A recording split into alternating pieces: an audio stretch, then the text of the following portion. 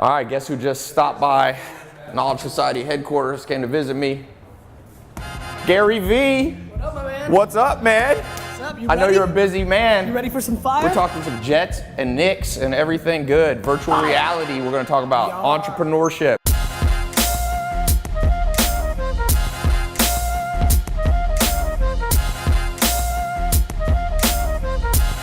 You probably know him if you're an entrepreneur.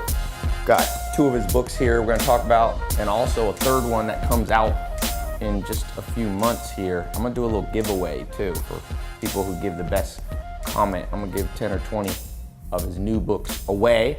And thanks for coming in, man. Thanks, brother. Yeah, he's headed to the airport, so he was nice enough to pop in here and Make sure to show everybody my second half-court shot that almost Yeah. went in. We were Edit out the first piece of shit shot I took. That will never be seen. But the second one that literally almost went in, make sure that gets seen. That's got a shot. Oh! You ever seen in Spaceballs where he's like, erase that, never show that again? Do you know about Spaceballs? Do you know Spaceballs sequel, which never got made, was called Spaceballs 3, The Search for 2? I still think that's the fucking coolest title ever. I'm devastated it didn't make it. That would have been a good one. No, man, thank you. So let's talk a little bit, your new book. Yes, Ask Gary V. And let me just tell you guys, for those of you, few of you who don't know Gary, Gary's a man of many accomplishments. I think kind of popped on the scene at first with, he had Wine TV, which was a show, took a company from basically 0 to 60 million in sales, selling wine by using content marketing, all the stuff that people are doing now. He was ahead of the curve. A lot of people have followed Gary's lead. And that's a big company out of New York. How many employees do you have now? We have 600 employees, New York, LA, San Francisco, and London, and Chattanooga, Tennessee. Awesome. Tennessee. Tennessee. Don't sleep. Yeah, you Don't know, sleep, you know don't one sleep of our, on Nougat. You know one of our buddies who says, who's like, yeah, I'm always bringing Gary down here. I'm telling him this is the new internet. This is the new San Diego. Yeah, He's Ted. such a great guy. He's awesome guy. I love Ted. Yeah. I just brought him up to New York for a big pitch for GE. Oh yeah? VaynerMedia mainly works with, Toyota, Pepsi. Right, big brands. Big huge brands. Yep. We do all the content marketing and the paid execution for social for them. So I brought Ted up for a big meeting with GE, CMO. He was super pumped. It was a great meeting. She's amazing, so it was a lot of fun. Awesome, yeah. CNBC, actually he's gonna make it. CNBC's got a new show called Follow the Leader. Okay. Where they basically what I do on my daily vlog on YouTube. Yep. And Ted's gonna be in the episode because that's the main part of the whole episode, pitching GE. So super smart guy, sold a company for hundreds of millions of dollars, and now has become a yeah. Text him, tell him. So let's talk real quick here. For those of you watching, one of the reasons, and we'll post the links how you can follow Gary on Snapchat and his YouTube video blog and other places. But, Gary, if you had to sum up your core philosophy of life and entrepreneurship for somebody watching, how would you sum it up? I think the things that most win are self-awareness. I think one of the biggest mistakes, everybody, Meerkat, Facebook Live, Periscope, that audience right now, everybody's watching the YouTube.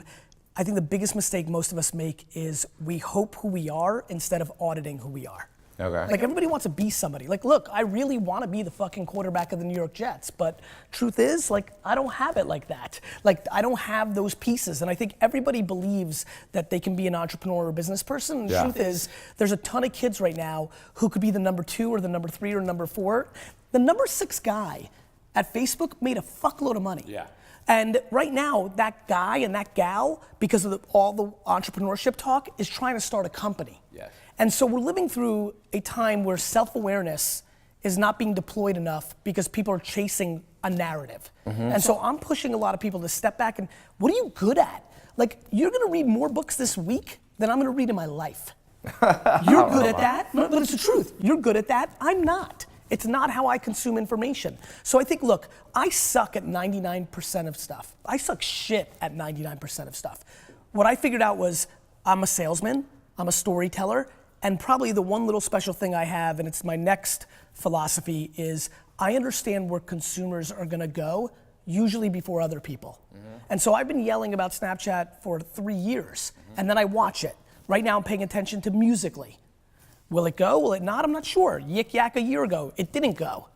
But Twitter did, and that's why I invested. And Tumblr did, and that's why I invested. And so the reason I started the YouTube show less than a year after YouTube came out was I believed in 2006 that that's where people's attention was gonna go. Right. Ty, when you got set up here, like this is 20 years ago, 15, 10 years ago. Right, yeah, you couldn't Tons do of any of money. this. We didn't have all that, this fucking Amazon tripod, triple fucking screen. Like this cost hundreds of thousands of dollars. The distribution of all this cost millions of dollars. Right. We're living through the biggest technology shift and culture shift of our time. And so I think the principles are pretty pure. It's self-awareness. I think it's work ethic. Yeah. I truly think that I outwork, I think a lot of people are as talented as I am. I think I outwork them. So it matters. Everybody's watching who's gonna say, well, Gary, what about working smart? Cool, me too. Now what, dick? Right? Like, I'm working smart and hard. Right, if you so have now two people what? working Yeah, hard exactly. and So- smart, it's the person who works the and then hardest. and then I think being driven by something bigger. So for me, it's gratitude. I was born in the Soviet Union.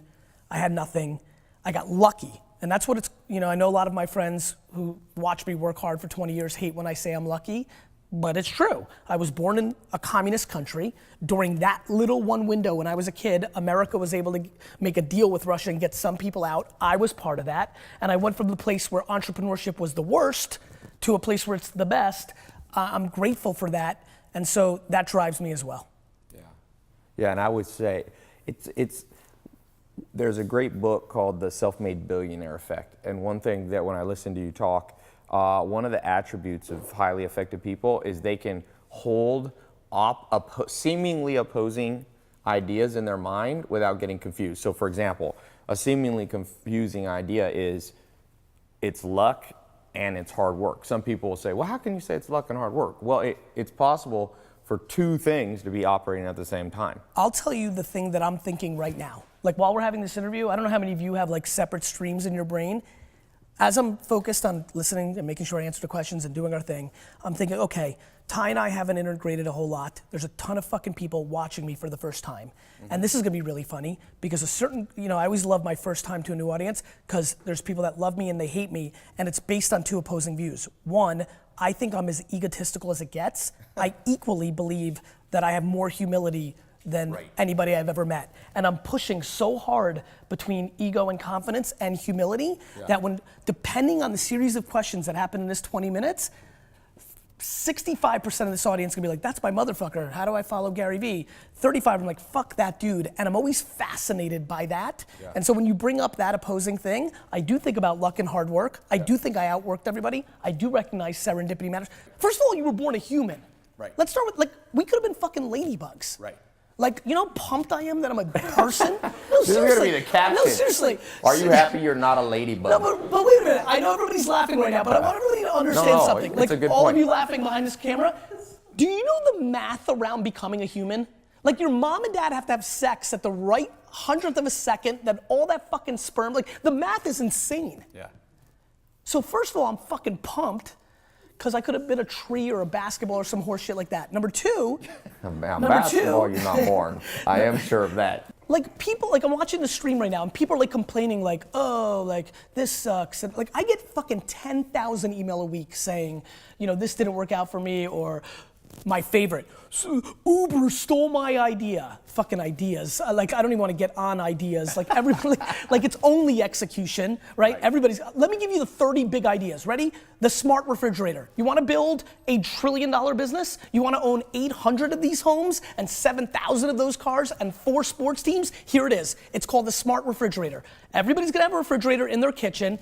That refrigerator is gonna know when you're down to 1 Bud Light because you put in 6. There's gonna be 1 left and it's gonna reorder it for you. So it's gonna out arbitrage every retailer, Amazon, everybody. The refrige is gonna order it from Budweiser direct. Budweiser's gonna deliver it, and the fridge is gonna become this, Ty. Just like this has become the fucking machine and Apple makes a VIG on everything, that's your fridge on every consumer product. The smart kitchen. Amazon's already getting in that. Amazon's got that little sensor you put up. Bezos is a beast. Yeah. So Bezos is a monster. there you go, everybody. There you go, fucking Keith Mintz and Javier fucking and Leonidas the King and Marcus J. Alford. There's your idea, right? There's your idea. But here's the real fucking game. Who's gonna execute? Right. who's gonna hire the right people? Who's gonna make the product? Who's gonna make the JVs with fucking the brands? Like, who's gonna execute? Ideas, fuck, man. Anyway, I'm sorry. All right, let's talk. It's true. That like, it's just true. What we have to do, I think the problem in this interview is the energy's a little low. So we need to bring it up a notch so that everybody doesn't fall asleep on it. Okay, let's move from, and I totally agree. Ideas are important, but you know that there's actually broker lists you can buy of ideas for like $2 to $5 grand and they're insanely good lists. Interesting. So anything you can buy for $2 to $5 grand is literally worth $2 to $5 grand.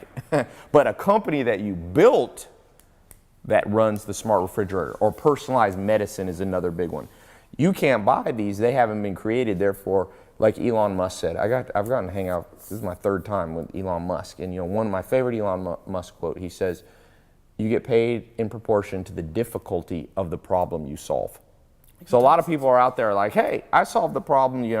How to walk to my refrigerator." Well, everybody knows how to do that. You have to solve a problem, and therefore, your income is going to be directly proportional. Solve a small problem, know how to hand somebody a burger at McDonald's, they'll pay you minimum wage. Put someone on Mars in a rocket ship like Jeff Bezos' Blue Origin or Elon Musk's SpaceX, they're going to pay you a lot of money. I would add something to that for everybody listening at home, because that's right. And then everybody who's watching right now is thinking what I'm thinking, which is like, fuck, that sucks, because I'm not talented enough to solve a big time problem. Because big time problems take real brain power. I will say the other thing, and I'm sure you're gonna agree with this watching from afar, there's also reverse engineering the demand of the marketplace, right? So for example, guys like pretty girls. Pretty girls are able to make a lot of money because they're pretty and there's demand. And so demand in marketplace behavior is very important. Yeah. I think one of the ways if you don't think that you can figure out how to build a tunnel underground and get me from LA to New York in a minute, then the other thing to really take a step back, this is back to self-awareness. For everybody who's watching right now, if you're like, shit, that's great, but I'm not a fucking math genius like Elon Musk, the thing that you might be able to do, and I do think this is a talent, I think this is my talent, pay attention to what people care about and reverse engineer it. For example, Uber. What does Uber sell?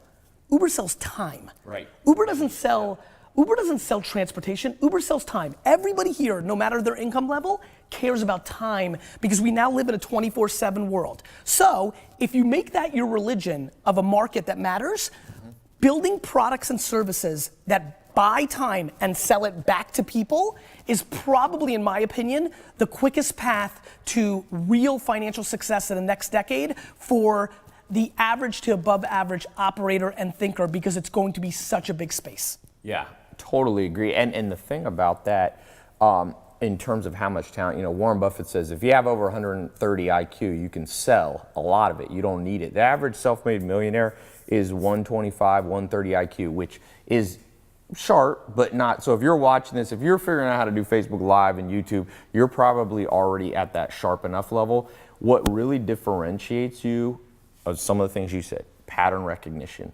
Can you see patterns? Mark Cuban told me, he said, I've always been able to see around corners before other people. He recognized a pattern, can see around that corner. So that's an important thing. I say you got to know the language of money. I talk a lot about that. You go to China, you don't have an interpreter, you're going to be lost. In the game of making money, you need to understand what debentures are. And, people go, oh, that's a lot of syllables, debentures, And I say, well, do you know Kim Kardashian? Because Kardashian, this is 4 syllables. And so we live in a society where people know big words. People are much sharper. IQs have gone up. It's a myth that we're getting dumber. You know why? But we're not using it in the right way. IQ's been commoditized. Right. What do you want to know? Google. Who's the 19th president of all the United States? This old fucker. What's this? All information is here. To me, we're about to live through a generation of EQ that is going to be so disproportionately valuable because information has been commoditized to some level. Now, what's interesting about readers like yourself, contextualizing, communicating it, consuming it and regurgitating into new packages, that's the holy grail. You're gonna live on that, other people are gonna live on that. To me, people need to bet on their strengths. They need to figure out what is the one, you know what, let's make this practical. I know we have to wrap up soon. Forget about the promotion of the book, I wanna get this off. Find the 5 people that are closest to you in the world. Brother, sister, your homie that you grew up with. Spend a week, not 5 minutes, spend a week making them feel safe for the question you're about to ask them, which is, tell me what I'm good at and tell me what I'm bad at. The 5 closest people to you are not gonna wanna tell you the truth. Like, people that really love you don't wanna tell you the truth, which is why nobody can scale self-awareness, because nobody's gonna tell you to your fucking face, actually, I think you're a piece of shit. Right. Like, your mom's not gonna say that, right? So, spend a week or 2 weeks making those 5 people very safe and tell them, listen, this is what I want. I know that it might cause some friction for a week or 2 with us, but I'll get over it, and then we'll be in a great place. Because if you're able to hear, and this is such an important part of being an entrepreneur, I think, and I'm curious to take your take, I think I'm a great entrepreneur because I only see half glass full, and I'm only optimistic. Like, I have 37